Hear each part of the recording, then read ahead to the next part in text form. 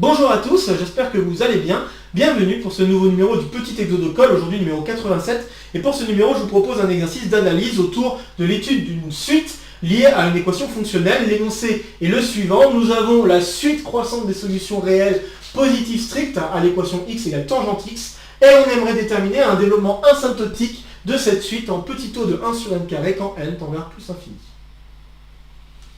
Donc voilà, c'est un exercice qui est un classique de classe préparatoire. Je pense que ça peut très bien se faire en première année de classe préparatoire, pour peu qu'on ait vu la notion de développement limité. Je pense que c'est important de l'avoir vu pour pouvoir parler de développement asymptotique, car un développement asymptotique en plus infini peut se voir comme un, entre guillemets, développement limité en plus infini. Et donc c'est important pour moi d'avoir cette notion de développement limité pour pouvoir attaquer cet exercice. Il n'y a pas grand chose à dire autour de cet exercice, mis à part le fait que ça doit être un exercice qui doit être maîtrisé, à mon avis, pour n'importe quel étudiant de classe préparatoire. Et avant de vous laisser le temps à la réflexion, j'aimerais vous donner une petite indication pour démarrer. La première chose qu'il faudrait essayer de voir, c'est quelle est la position un peu plus exacte des solutions réelles positives strictes à cette équation. Et donc justifier en quoi c'est bien la suite croissante des solutions réelles positives qu'on est en train de regarder. Donc ça serait déjà une première chose que de regarder où vont se placer ces différentes solutions. Puis une fois qu'on a le positionnement de ces solutions, on va pouvoir démarrer un développement asymptotique. Et chose assez marrante, c'est que le fait de démarrer ce développement asymptotique va nous permettre de déduire la suite finalement du développement asymptotique. Voilà, sans en dire davantage, voilà ce sur quoi il faudrait peut-être démarrer cet exercice. Et maintenant, comme d'habitude, je vous invite à faire une pause sur la vidéo pour essayer de résoudre cet exercice avant que je vous dise quoi que ce soit d'autre. Ok, j'espère que vous aurez essayé. Je pense que c'est un exercice vraiment important à savoir faire pour n'importe quel étudiant de classe préparatoire. Donc je vais faire exactement ce que j'ai dit. Je vais commencer par justifier en quoi nous avons la suite croissante des solutions réelles positives à cette équation. Pour cela, on va considérer f, la fonction qui a x associe tangente x moins x. Okay. Cette fonction, elle est définie, elle est même c infini sur chacun des sous-intervalles où il n'y aura pas de problème par rapport à la fonction tangente. Il faut se rappeler que la fonction tangente a des problèmes en moins pi sur 2 et pi sur 2. Donc en fait, plus généralement en pi sur 2 modulo pi. Donc à partir de là, on peut déjà affirmer que f est c infini sur les intervalles qui s'écriront npi moins pi sur 2, npi plus pi sur 2. Et sur ces intervalles-là, ça marche pour n'importe quel entier relatif. Bien, et puis maintenant, si je regarde les limites, quand x tend vers npi moins pi sur 2 par valeur positive, et limite quand x tend vers npi plus pi sur 2 par valeur négative, eh bien je vais avoir d'un côté moins infini, de l'autre côté plus infini. Il faut vraiment avoir en tête ce à quoi ressemble la fonction tangente, pour ne pas se planter. Donc la fonction tangente peut se représenter de la manière suivante. Nous avons un truc qui fait ceci, et cette partie comme cela. Voilà. C'est une fonction impaire, donc on doit avoir une symétrie centrale par rapport à 0, 0. Et puis là, je vais dessiner la tangente entre moins pi sur 2 et pi sur 2. Bien sûr, la fonction tangente est pi périodique, donc ce que j'ai fait là, vous faites du copier-coller à gauche et à droite et autant de fois qu'il le faut pour avoir finalement la fonction tangente sur l'ensemble des réels. Voilà à quoi va ressembler la courbe. Et donc, entre npi moins pi sur 2 et npi plus pi sur 2, la tangente, elle ressemble à ça. Et ici, vous remplacez moins pi sur 2 par npi moins pi sur 2, et ici, npi plus pi sur 2. Et vous avez ce qui se passe pour la tangente. Bien sûr, x tendant vers des constantes, c'est assez simple de déduire vraiment ses limites. Et donc, par le théorème des valeurs intermédiaires, puisque votre fonction f est continue, on en déduit l'existence d'un x dans chacun de ces intervalles,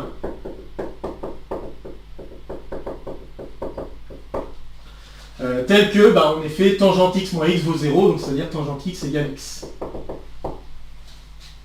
On peut aller maintenant un peu plus loin, on peut affirmer qu'il va y avoir existence et unicité d'une solution dans cet intervalle grâce à la monotonie de la fonction. En effet, comme la fonction est c infini, on peut se permettre de la dérivée. Dérivée de tangente, c'est 1 plus tangente carrée. Et puis dérivée de moins x, ça fera moins 1. Donc on se retrouve avec ceci. Ceci nous donne tangente carrée de x. Et cette fonction, elle est strictement positive pour tout x différent de nπ.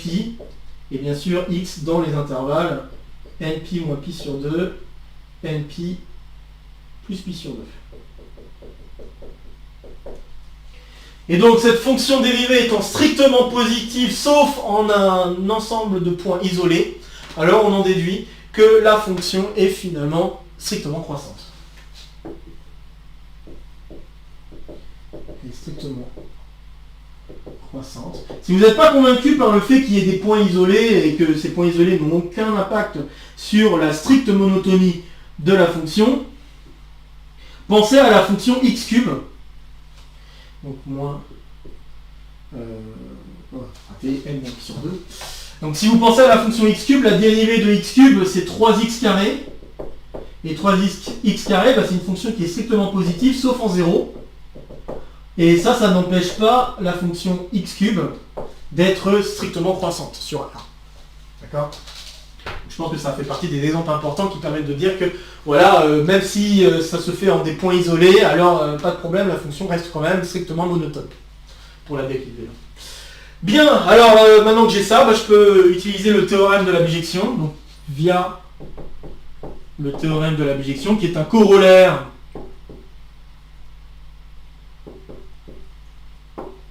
du TVI.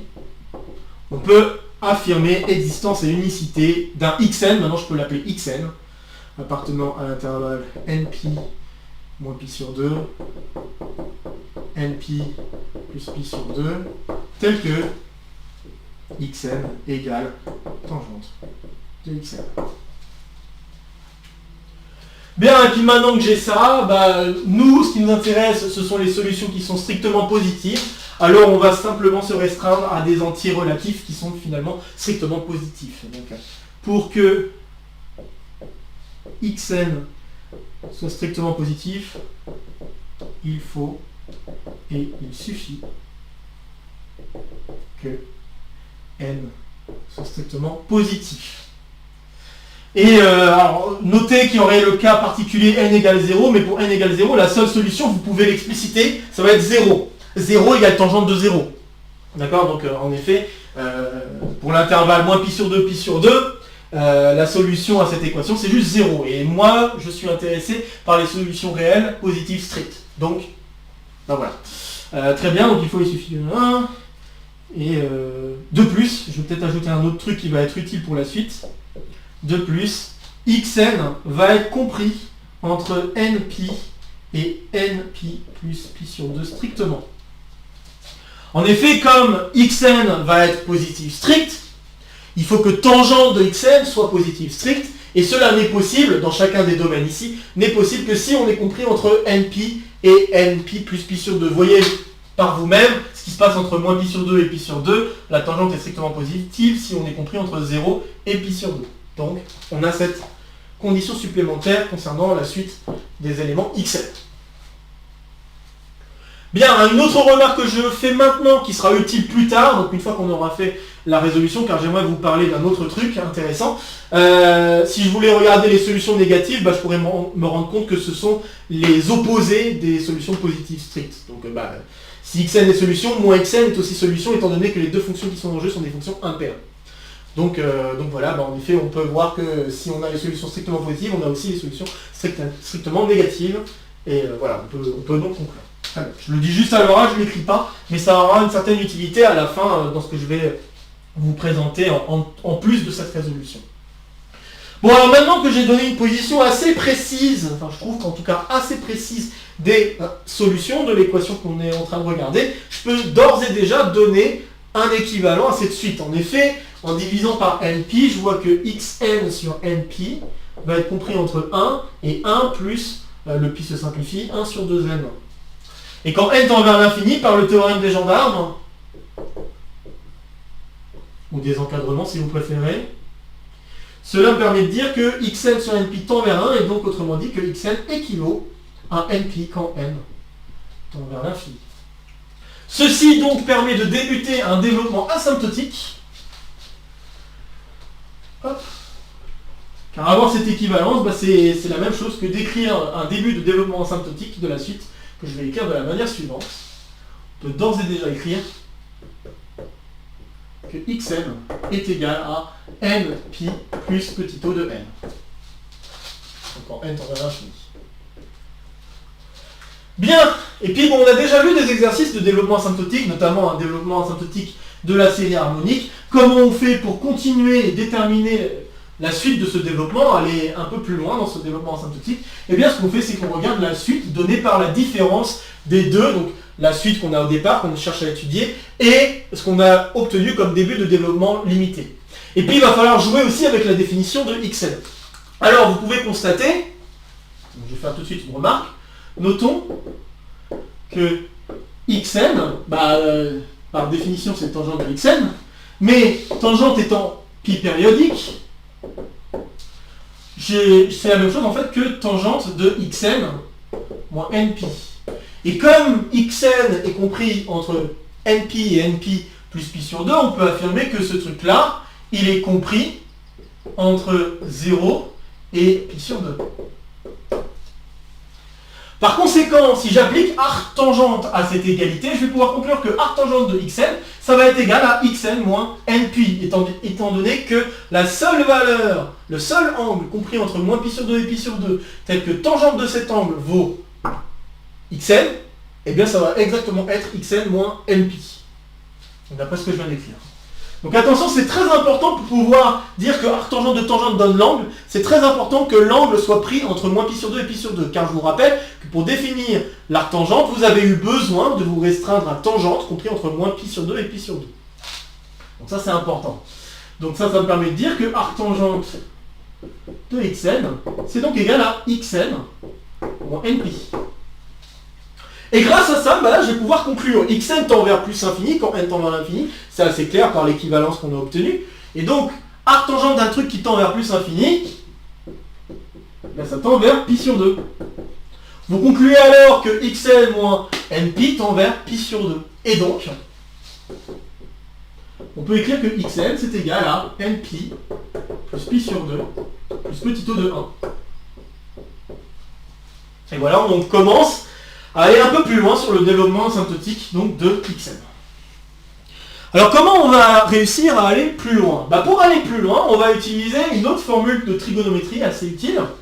Ça va être la suivante. Je vais commencer, puisque pour étudier le développement asymptotique, comme je l'ai dit, il va falloir regarder la différence entre ce que nous avons comme suite et ce que nous avons obtenu comme début de développement asymptotique. Donc je vais commencer par faire xn moins npi moins pi sur 2. Et je vais regarder qu'est-ce qui se passe quand je fais tangente de ce truc-là. Déjà, première chose que j'aimerais vous faire constater avant de calculer, c'est que ce truc-là, il est compris entre moins pi sur 2 et 0. Et l'avantage est donc que si je fais arc tangente de ce que je vais obtenir à la fin, alors cet arc tangente va être exactement égal à la valeur qui se trouve ici. Ce qui va être assez utile pour déterminer le développement asymptotique que l'on souhaite. Bon. Alors, la première chose, tangente de ce truc-là, grâce à la pi périodicité, je peux dire que c'est tangente, finalement, de xn moins pi sur 2. Mais xn moins pi sur 2, il y a des formules trigonométriques. Cosinus de pi sur 2 moins x, c'est sinus. Sinus de pi sur 2 moins x, c'est cosinus. Donc en fait, faire l'opération pi sur 2 moins quelque chose permet d'échanger le rôle de cosinus et de sinus. Bon, là, on n'a pas vraiment pi sur 2 moins quelque chose, mais on a quelque chose moins pi sur 2. C'est l'opposé de cette opération. Donc, ça va échanger le rôle de cosinus et sinus, mais en plus de ça, ça va faire sortir un signe moins. Puisque, pour le cosinus, ça ne change rien. Faire x moins pi sur 2 ou faire pi sur 2 moins x, ça ne change rien. Le cosinus est pair. Mais par contre, pour le sinus, ça fait sortir un signe moins.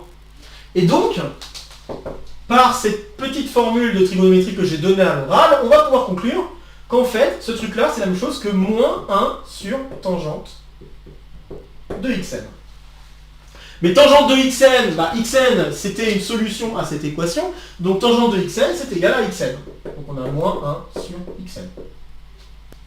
Ceci permet donc de conclure, en appliquant arc tangente à l'égalité qu'on vient d'obtenir, que xn moins npi moins pi sur 2, et bien ça va être égal à arc tangente moins arc tangente de 1 sur xn.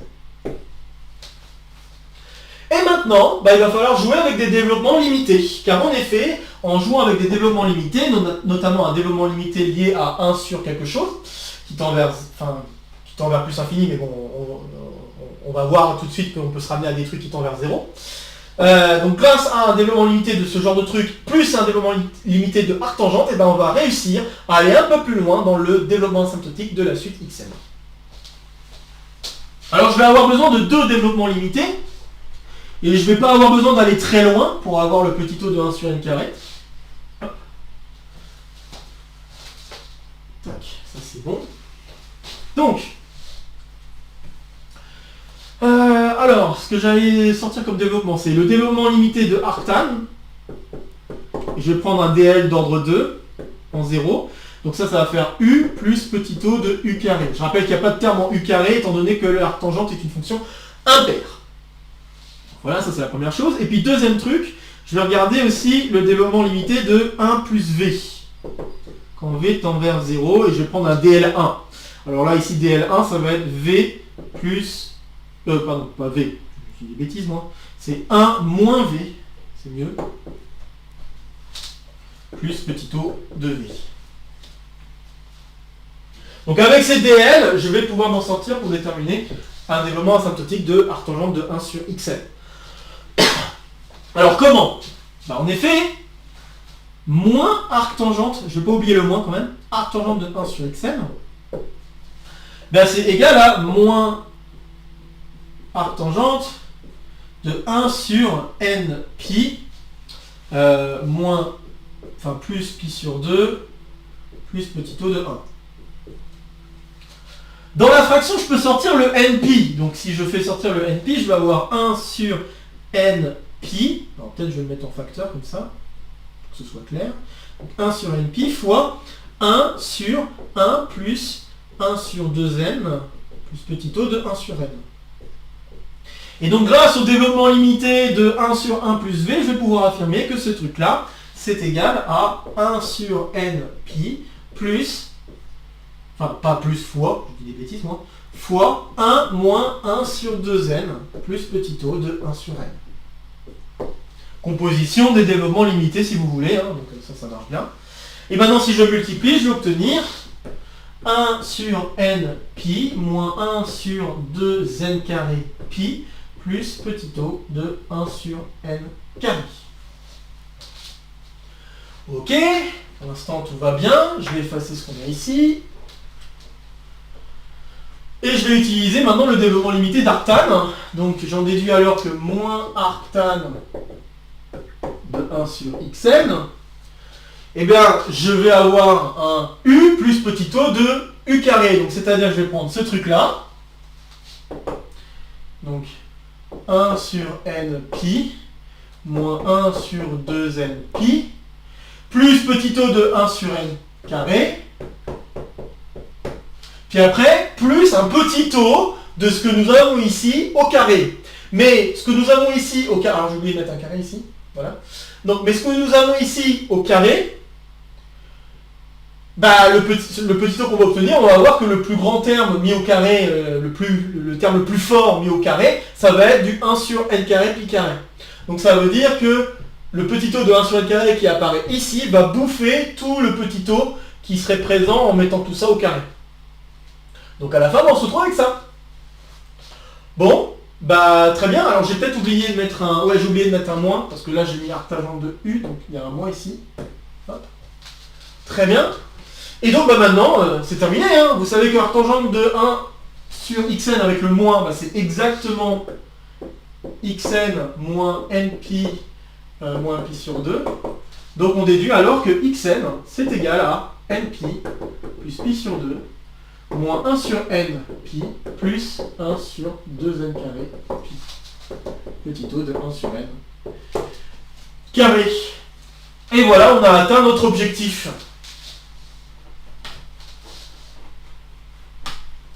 Et donc c'est assez marrant de constater qu'on a eu besoin... Bon après, généralement c'est comme ça que ça se passe quand on veut déterminer des développements asymptotiques, mais c'est quand même assez marrant de voir qu'il a fallu déterminer les premiers termes du développement asymptotique pour pouvoir aller plus loin dans le développement asymptotique. Et là, ce qui est assez fort, c'est qu'on avance de 2 pas. Alors on avance de 2 pas dans le développement asymptotique. Pourquoi? Parce que la fonction, ou les fonctions qui sont en jeu, le x et tangente x, ce sont des fonctions impaires. Et donc les fonctions impaires, quand on fait des développements limités, ça se joue toujours par des termes impairs, ou par des termes pairs. Et donc c'est pour ça que on arrive à avancer par 2 pas, 2 pas par 2 pas, ou 2 termes par 2 termes, le développement asymptotique de xn. Donc si je voulais avoir le développement asymptotique en 1 sur n4, eh bien je pourrais prendre le développement limité un tout petit peu plus grand, en allant jusqu'à peut-être du v carré ou du v3 peut-être, et puis au-dessus, je pourrais aller jusqu'à du u3 ou du u4, et puis en faisant ça, je recompose exactement avec le développement limité que j'ai trouvé, donc le développement asymptotique que j'ai trouvé de xn, et en recomposant, je vais réussir, en simplifiant, à trouver un développement asymptotique plus grand que ce que j'ai déjà. Donc moi je trouve que c'est un très joli exercice, très sympathique, et voir à quel point en fait jouer avec les différents jouer avec un développement asymptotique qu'on a déjà mis en place permet vraiment de déterminer la suite du développement asymptotique. Je trouve ça très marrant à constater. Il y a aussi des questions de formules d'inversion de Lagrange, des choses comme ça qui peuvent permettre aussi de déterminer ce développement asymptotique, étant donné que nous avons affaire à des solutions d'une équation assez particulière. Donc ça joue aussi pas mal. Bon, alors à vrai dire, l'exercice que je vous ai fait là, c'est pas tout à fait un exercice qui m'a été proposé, mais c'est pas loin d'un exercice qui m'a été proposé. Donc il y a un exercice qui m'a été proposé pas loin de ce sujet-là, que je vais vous afficher en bas de l'écran. Et l'exercice, malheureusement, c'était un exercice hors programme. Cet exercice, c'est un exercice hors programme, étant donné qu'il va falloir utiliser des notions d'analyse complexe. Mais je vais vous faire le plaisir de vous parler un petit peu de ces choses-là, donc autour de l'analyse complexe, et vous montrer en fait comment on pourrait calculer une série liée à ces xn, une série qui m'avait donc été suggérée. Et voilà le bonus que je vous propose. Calculer la série des 1 sur xn carré quand n va de 1 jusqu'à plus infini. C'est assez étrange de se dire qu'on peut calculer cette série, mais en effet on va pouvoir calculer cette série grâce à des outils d'analyse complexe. Alors, première chose que j'aimerais faire, parce que ça se fait très bien en classe prépa, c'est de vérifier que cette série converge. Pour montrer que cette série converge, vous pouvez constater que 1 sur xn carré, c'est équivalent quand n tend vers l'infini à 1 sur n carré pi carré. Et puis la série des 1 sur n carré, vous savez que ça converge grâce au critère de Riemann. Donc le critère de Riemann permet de conclure que la série des 1 sur xn carré converge. Je me permets aussi de dire que ce critère permet de justifier en quoi la somme des 1 sur n, 1 sur xn, cette série-là, ne converge pas, car cette fois-ci, 1 sur xn serait équivalent à 1 sur npi, et 1 sur npi, cette fois-ci, critère de Riemann vous dit que ça doit diverger. Voilà. Je le dis parce que ça va avoir de l'importance pour, justement, l'application de théorèmes liés à l'analyse complexe. Donc à partir de maintenant, je vais parler de hors programme d'analyse complexe. Et le hors programme, ça va être notamment autour d'un gros résultat qui s'appelle le théorème de factorisation de Weierstrass et son cousin qui est une version affinée de ce théorème qui s'appelle le théorème de factorisation d'Adamar. Donc théorème de factorisation. Je mets un Z, c'est pas un Z, c'est un S. Le Z c'est pour l'anglais. Donc factorisation de Weierstrass. Puis après on parlera de la version Hadamard. Donc le théorème de Weierstrass, en tout cas de factorisation de Weierstrass, s'énonce de la manière suivante. Vous avez f, une fonction entière, sur c. Alors rappelons que ici en analyse complexe on travaille avec des fonctions qui vont de c dans c. Et dire qu'une fonction est entière, c'est dire qu'elle est holomorphe sur c. Et dire qu'elle est holomorphe, ça veut dire qu'elle est dérivable, mais cette fois-ci pas au sens classique, au sens des nombres complexes. Elle est dérivable sur tout l'ensemble des nombres complexes. Alors dérivable au sens complexe, ça veut dire que la même limite que vous connaissez bien, qui permet de définir la dérivabilité, fonctionne. Mais attention, la limite ici, c'est une limite pour z qui tend vers un certain z0. Vous êtes en train de regarder f de z moins f de z0 sur z moins z0. Vous regardez la limite quand z tend vers z0. Mais cette fois-ci, cette limite-là, ça ne se joue pas dans une direction. Ça se joue sur toutes les directions possibles du plan. Vous êtes en train de travailler sur le plan complexe. Ok ? Et donc, bon, bah là, cette limite-là, il faut s'assurer qu'elle est bien définie, peu importe la direction que vous prenez. C'est un peu comme la différenciabilité pour les fonctions à plusieurs variables. Là, je parle pour les élèves en deuxième année, pour les fonctions à 2 ou 3 variables, ou voire plus. Pour étudier la différenciabilité, il nous faut vraiment regarder une limite assez particulière, suivant les directions qu'on pourrait prendre autour d'un point bien précis. Bien ça, c'est le même genre d'idée que nous avons, mais ici, en 2D, en travaillant avec des nombres complexes. Et donc, bah voilà, une fonction est dite entière si on est capable de dériver, peu importe le z qui serait en jeu dans les complexes. Et dériver cette fois-ci au sens complexe. Donc c'est ça, avoir une fonction entière. Alors cette fonction entière, on doit connaître ses zéros. Donc je vais appeler alpha n la suite de ces zéros non nuls de f. Alors compter avec multiplicité éventuellement. Multiplicité. Donc, ok, on a f entière sur sur c, pardon, on a alpha n, la suite des zéros non nuls de f, d'accord. Une fois qu'on a ça, il me faut également la multiplicité, donc m supérieur ou égal à 0, la multiplicité de z égale 0 en tant que 0 de f. Ok ? Donc j'ai ça, et une fois que j'ai tout ça, bah, je peux affirmer le résultat suivant. Il existe alors une fonction g également entière, et il existe une suite Pn d'entiers positifs. Ok ? Tel que... Hop. Alors je vais écrire le résultat ici, qui est un résultat un peu lourd quand même.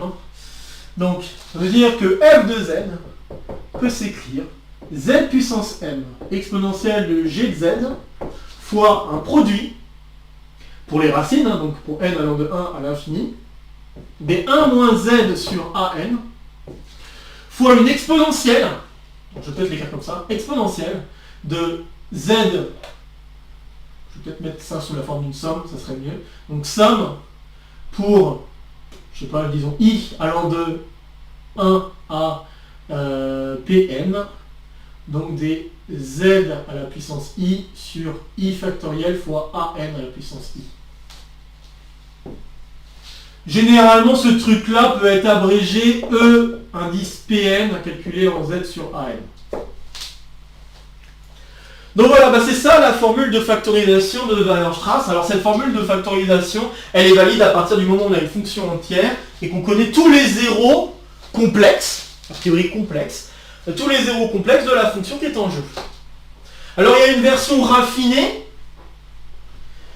qui va nous être un petit peu plus utile, en tout cas pour la compréhension et pour déterminer la construction de ce produit, car ici, on nous dit absolument rien concernant les Pn qui sont en jeu, ni même la fonction entière qui est en jeu. Eh bien, la version un peu raffinée qui s'appelle théorème de factorisation d'Adamar nous permet de dire un petit peu plus que la fonction g va être polynomiale et que la série ici, bah, le Pn qui est en jeu, bah, finalement, on peut déterminer une valeur de P qui va convenir et qui va plus dépendre de n. Donc ça, c'est plutôt pas mal. Alors la version Hadamard de factorisation de Hadamard. Alors il faut une hypothèse de plus. En plus d'avoir une fonction entière, il faudrait connaître l'ordre. Donc f est d'ordre fini. Alors je ne vais pas vous définir ce qu'est l'ordre d'une fonction entière, ça me demanderait pas mal de temps. C'est une question de calcul de limite sup pour des calculs de ln sur la norme infinie de f sur des boules ouvertes de rayon R, et vous divisez ça par un certain ln de R, et il faut regarder la limite quand R tend vers plus infini. Donc voilà, enfin la limite sup même, c'est pas juste la limite, c'est la limite sup qu'il faut regarder. Bon, c'est pas du tout très simple à comprendre, et pour l'intuition, ben voilà, il y a pas mal de choses à dire, donc je vais pas les dire ici. Mais voilà, il faudrait une hypothèse de plus, bien sûr, pour pouvoir l'appliquer. Donc si vous avez en plus d'une fonction entière, et vous connaissez les zéros, etc., vous connaissez la multiplicité pardon, de z égale 0 en tant que 0 de f, ok, et vous avez en plus de ça, cette fois-ci, la fonction qui est d'ordre fini, alors cette fois-ci, il va exister g polynomial, et p, un entier, positif ou nul, tel que, et bien cette fois-ci, f de z s'écrit z puissance m, exponentielle g de z, produit des EP de z sur un m. Je les ai appelés alpha en fait, je suis en train de me rendre compte. Donc c'est alpha. Hop. Là. Ok. Donc p, enfin là ici le produit se fait pour n de 1 à l'infini, donc sur toutes les racines. Alors maintenant pour trouver la valeur de p, c'est un petit peu plus facile. P, ça va être la valeur minimale parmi les entiers, telle que la série des modules des alpha n à la puissance r plus 1 converge. C'est ça le P en jeu. Ici, alors c'est vrai qu'il y a des trucs qu'il va falloir dire sur la fonction, mais le fait que la série des 1 sur xn carré converge, mais que la série des 1 sur xn diverge va être utile.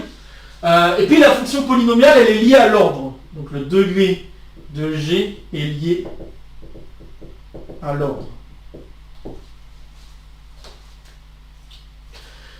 Et donc, en fait, l'ordre de la fonction va avoir une importance pour déterminer le degré de g. Donc voilà. Bon, voilà. Ça, c'est les énoncés de théorème. Alors bon, je vais vous donner quelques exemples. Je vais d'abord vous donner le premier exemple lié à la série qu'on est en train d'étudier. Et je vais vous donner un deuxième exemple qui a été une idée de calcul de Euler pour déterminer la série des 1 sur n carré et donner une réponse, même si elle n'était pas très bien justifiée au moment où il l'a énoncée, qui a donné une réponse justement à qu'est-ce que vaut la série des 1 sur n carré. Je vais vous donner ces deux exemples d'application de ces théorèmes de factorisation, et notamment la version Hadamard. Alors pour la version Hadamard,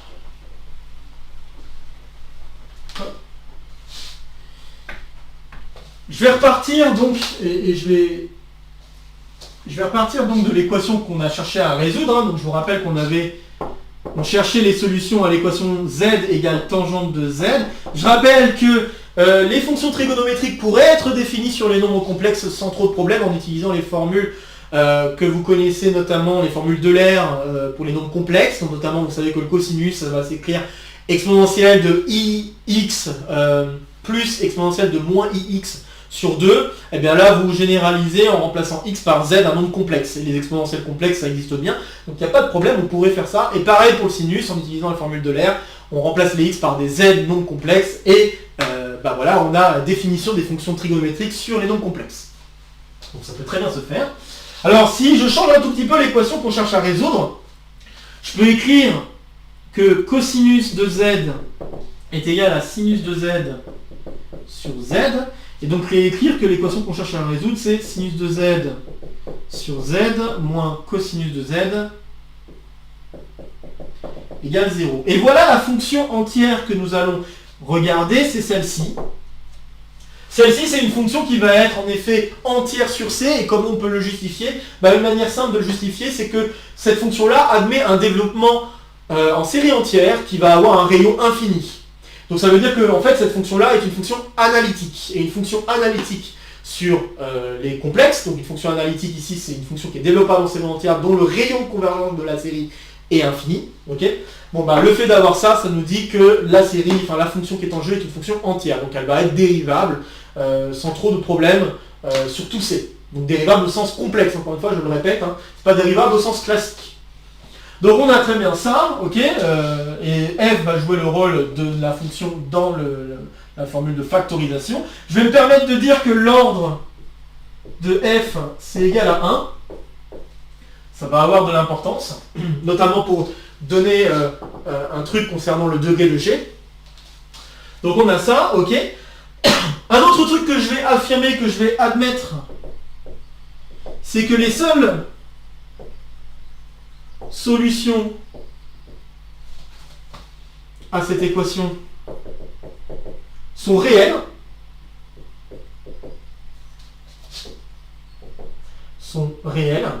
et on a déjà vu ce que ça pouvait être, c'était 0 et les xn avec un plus ou moins, donc ça va être plus ou moins x1, plus ou moins x2, etc., plus ou moins xn, et on continue comme ça à l'infini. Okay. Donc je me permets d'admettre que les seuls zéros de la fonction finalement f de z, ça va être exactement les racines, enfin les racines, les solutions réelles positives strictes et leur opposé, en plus de 0, qui sont là-dedans. Très bien. Donc j'ai ça. Alors je vais me permettre d'effacer la version Weierstrass car elle ne va pas avoir d'utilité ici. Et généralement, c'est pas la Weierstrass qu'on utilise, c'est plus la Hadamard parce qu'on a un peu plus de connaissances sur les fonctions qui devraient être en jeu. Donc voilà. Donc je vous ai dit que f était d'ordre fini, youpi. Maintenant, le nombre p qui rentre en jeu, le nombre p, je vous ai dit, c'était lié à la série des 1 sur xn en valeur absolue. Donc en fait, la série des 1 sur xn, si je vous rappelle la mémoire, vous rafraîchissez un peu la mémoire, on avait divergence de ce truc-là, et la série des 1 sur xn carré converge. Ce qui signifie alors que p est égal à 1, d'après l'énoncé. Le fait que l'ordre est égal à 1, ça implique aussi que le degré de g en tant que polynôme est inférieur ou égal à 1. Et donc ça veut dire que f de z, la fonction que nous avons ici, si j'applique la formule, f de z va s'écrire de la manière suivante. On a z, alors j'ai oublié de déterminer la multiplicité, peut-être qu'il faut que je détermine la multiplicité de 0, en tant que, de z égale 0 en tant que 0 de la fonction. Donc pour faire ça, je vais regarder le développement limité, le début du développement limité de la fonction. Et si je regarde le début du développement limité de la fonction, alors si je regarde pour la constante, on a ici 1 et ici 1 aussi, donc ça va simplifier, ça donne 0. Pour le terme suivant, ici, nous allons obtenir moins z, alors faisons pas de bêtises, z carré sur 6, parce que c'est 3 factoriel, et ici on va avoir moins z carré sur 2. Donc en faisant la simplification, on se retrouve ici avec du z carré sur 3. Donc ça me permet de dire que la multiplicité du 0, c'est 2. D'accord, donc le fait d'avoir ça, ça me permet de dire que m égale 2. Ok, et puis si on va un peu plus loin, on peut regarder ce qui se passe pour Z4, ça va être utile pour la suite. Donc si je regarde pour Z4, ici je vais avoir un plus Z4 sur, alors faisons pas de bêtises, 120, parce que c'est 5 factoriel. Et puis ensuite, moins Z4 sur 24, 4 factoriel cette fois pour cosinus.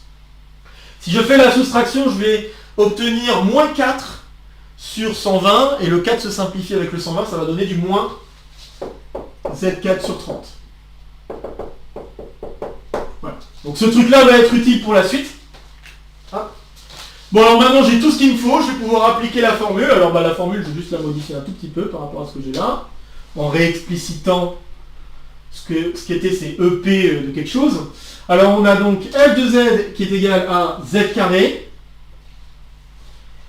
Donc z carré fois une exponentielle d'un polynôme de degré au plus 1, donc ça veut dire que je dois avoir un certain a, z plus b, avec a et b des nombres complexes.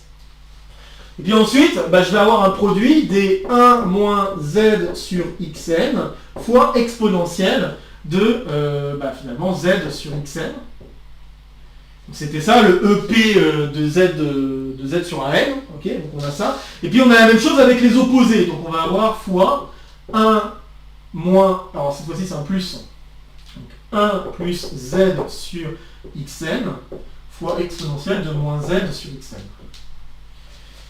Et donc si je simplifie un tout petit peu ce qui se passe, je vois ici qu'on va faire intervenir donc exponentielle a z plus b produit pour n allant de 1 à l'infini des 1 moins z sur xn le tout au carré, donc ça va être z carré xn carré, et les exponentielles se simplifient. Donc on se retrouve avec ceci. Maintenant, la fonction f elle est paire. D'accord, la fonction qui est là, elle est paire. Si je remplace z par moins z, tout se passe bien, c'est la même fonction. Donc ça veut dire alors que la fonction ici, qui est un polynôme de degré 1, bah, elle n'a pas d'autre choix que d'être une fonction constante. Puisque là, si je remplace z par moins z, rien, là, ici, bah, le z carré, il n'y a pas de problème, les z carrés ici aussi, il n'y a pas de problème. Le seul problème, c'est dans l'exponentielle. Et dans l'exponentielle, ça change. Donc, bah, pour éviter que ça change, il faut que a soit nul. Donc, comme f est pair, a doit être égal à 0. Et donc, ça veut dire qu'on a l'exponentielle d'une constante. Comment on fait pour déterminer cette constante? Eh bien, on va jouer avec le développement limité que nous avons trouvé ici, et bah, ce qu'on pourrait trouver comme début de développement limité si on commençait à développer le produit qui est en jeu ici. Si je commence à développer le produit qui est en jeu, je me retrouve que avec le terme en z carré, donc au minimum il y a du z carré, donc tout va bien, ça colle avec la formule là-haut, et si je veux que ça colle jusqu'au bout, bah, le terme en z carré, je l'obtiens en prenant dans ce produit-là que des fois 1, fois z carré, puis après il y a l'exponentielle de b, donc je vais obtenir z carré fois exponentielle de b qui doit valoir, bah, ça va faire normalement le terme qui est ici, donc z carré sur 3. Donc là c'est par unicité du développement limité de f. Ok? Et donc ça veut dire que l'exponentielle de b c'est donc un tiers. J'ai pas besoin de savoir ce que vaut b, hein, je peux juste me contenter de savoir que l'exponentielle de b vaut un tiers. Très bien, donc ça veut dire que dans mon produit, je peux revenir au point de départ et dire qu'ici on a z carré sur 3. Et donc, z carré sur 3. Maintenant, si je veux regarder ce qui se passe pour le terme en z4, comment je peux obtenir du z4? Eh bien, je prends le z carré sur 3 qui est présent ici. Et pour avoir du z4, ça veut dire que dans le produit, je dois prendre une seule fois un z carré. Pour prendre une seule fois un z carré, bah, ça veut dire que je prends dans un seul des facteurs de ce produit un z carré sur xn carré. Et puis tout le reste, je prends des fois 1. Ce qui veut dire qu'en suivant le produit, je vais avoir z4 sur 3xn carré, somme, pour n allant de 1 à l'infini. Donc la somme représente le fait de choisir un des facteurs de ce produit et de prendre le z carré sur xn carré correspondant. Donc je vais avoir ceci avec un signe moins, étant donné qu'il y avait un signe moins dans la parenthèse. Ceci doit être égal à z4, donc moins z4 sur 30. Et si on simplifie un tout petit peu ce que je viens d'écrire pour avoir l'unicité, encore une fois c'est l'unicité du DL hein, qui permet d'affirmer cette égalité, Z4 va se simplifier évidemment, le tiers aussi on peut le simplifier, ça va nous donner du 10, le moins va aussi se simplifier, et ça permet de conclure que la somme pour n allant de 1 à l'infini des 1 sur xn carré, eh bien c'est égal à 1 sur 10. Et voilà comment on peut calculer la somme des 1 sur xn carré grâce à cette formule de factorisation. Je vais me permettre d'aller un tout petit peu plus loin. Je vous affirmais tantôt qu'on pouvait aussi calculer la somme des 1 sur n carré de cette manière-là. Et bien je vais vous le montrer. Et c'était une des idées de l'air pour résoudre justement pour la première fois le calcul de la somme des 1 sur n carré. Le problème c'est que quand il a proposé cette preuve, bah, il n'avait pas très bien justifié les étapes. Mais sinon, en effet, ça pouvait se faire de cette manière-là. Donc là, je vais vous faire le même genre d'exercice, mais pour calculer la somme des 1 sur n carré. Ok? Alors, pour faire la somme des 1 sur n carré, il faut regarder une fonction un petit peu plus simple que celle qu'on a vue là à l'instant. Si je prends sinus de pi z, alors pour sinus de pi z, je pourrais constater que les seuls moments où je peux avoir des zéros, c'est si z est un entier relatif. Donc ce sont les seuls endroits où on a des zéros. Pareil, je pourrais m'amuser à regarder l'ordre de sinus. Donc l'ordre de sinus, si je dis pas de bêtises, ça va être 0 aussi. Donc l'ordre de sinus c'est 0.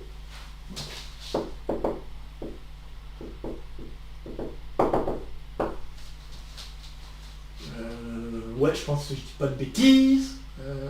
Ah oui, l'ordre c'est 1, pardon, excusez-moi, je dis des bêtises. Donc l'ordre de sinus c'est 1. Voilà, ok. J'essaie de me souvenir, en fait, c'est par rapport à la formule. Donc l'ordre c'est 1 parce que je sais que l'ordre, ça correspond, par rapport au calcul qu'on fait, ça correspond au max entre le degré du polynôme qui est en jeu dans la formule d'Adamard et la valeur du P qui doit intervenir dans la question d'exponentielle. Donc, Si je commence à écrire la formule, je pourrais constater que le z égale 0 est de multiplicité 1 dans cette formule. Il suffit de faire le développement limité pour s'en rendre compte. Et en début de développement limité, je me rendrai compte que j'ai du pi fois z fois... Normalement, je devrais mettre une exponentielle, mais cette exponentielle de degré au plus 1, pareil, on pourra justifier qu'il n'a pas d'autre choix que d'être nul, étant donné que la fonction sinus ici est une fonction impaire, et que exponentielle de z n'est généralement pas une fonction impaire. Donc, le seul moyen pour que le z qui apparaît dans l'exponentielle disparaisse, c'est d'avoir une constante devant qui vaut 0. Donc, et cette constante-là, pi, vient venir du développement limité. Donc, fois le produit. Donc on va se retrouver avec le produit. Si j'applique la formule bêtement, pour n allant de 1 à l'infini, donc de quoi? De 1 moins z sur n exponentielle de z sur n, fois 1 plus z sur n exponentielle de moins z sur n. Comme tout à l'heure, les exponentielles vont se simplifier, on va trouver pi z fois le produit pour n allant de 1 à l'infini, et 1 moins z carré sur n carré. Et donc, si je commence à écrire le développement limité de sinus de pi z, je vais trouver quoi? Je vais trouver pi z moins pi z cube sur 6. Ok, donc plus petit o de z3. Et donc, si je fais coïncider les termes de ce développement limité avec les termes que je vais obtenir en développement ce produit, eh bien, je constate qu'en effet, le premier pour pi z, je l'obtiens en faisant pi z fois les 1 qui sont ici. Et puis pour avoir ce terme-là, donc pour avoir le moins pi, que je fasse pas de bêtises, je suis en train de me demander si j'ai... Ah oui, c'est ça, j'ai oublié, ok, j'ai compris. J'ai pas fait le bon développement, donc là j'ai un pi cube, pardon. Sinon ça n'allait pas aller. Donc j'ai un pi cube sur 6, le pi cube, ça va... Vraiment faites le développement limité de sinus, hein. Développement limité de sinus, puis vous le calculez en x égale pi sur pi z, et là vous avez en effet un pi cube z cube sur 6. Je suis allé un peu vite. Donc grâce à l'unicité du développement limité, vous allez avoir pi cube sur 6, moins pi cube sur 6, qui va devoir être égal à pi z, enfin le z disparaît, donc pi fois un moins, étant donné qu'il y a un moins, fois la somme des 1 sur n carré, n allant de 1 à l'infini. Et donc, en simplifiant, on retrouve pi carré sur 6 qui est égal à la somme des 1 sur n carré. Et donc Euler est un des premiers à avoir résolu le problème de Bâle en utilisant une technique similaire à celle qu'on vient d'employer, c'est-à-dire qu'en fait il s'était amusé à écrire, alors plus précisément il s'était amusé à écrire sinus z sur z sous la forme d'un produit de racines. Donc là il utilisait ça, puis après il disait exactement comme je viens de le faire en gardant le terme en z carré des développements limités ou le terme en z cube des développements limités en jeu, ou en z carré parce que là il regardait sinus z sur z. Donc en regardant le terme en z carré, eh bien il arrivait à conclure l'égalité que je viens de conclure ici. Le problème c'est que la formule de factorisation n'existait pas. Le théorème de factorisation de Weierstrass ou de Hadamard n'existait pas à ce moment-là. Et tout ce qu'on connaît sur l'analyse complexe aujourd'hui, il y avait très peu de choses qui étaient développées du temps de Gauss, donc de Euler, pardon, du temps de Euler. Donc c'est quand même, voilà, c'était assez fort de trouver une résolution de cette forme.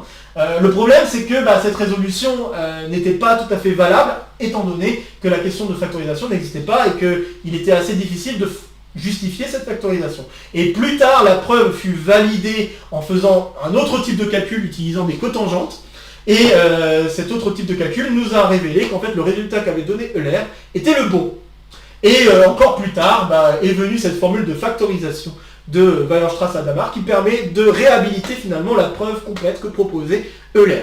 Donc comme quoi, c'est assez rigolo de voir qu'il y a des gens qui peuvent avoir des intuitions assez poussées sur des calculs aussi compliqués, des intuitions aussi poussées pour pouvoir conclure de bons résultats sans pour autant avoir les outils en main et juste les avoir utilisés en croyant que c'était vrai a priori.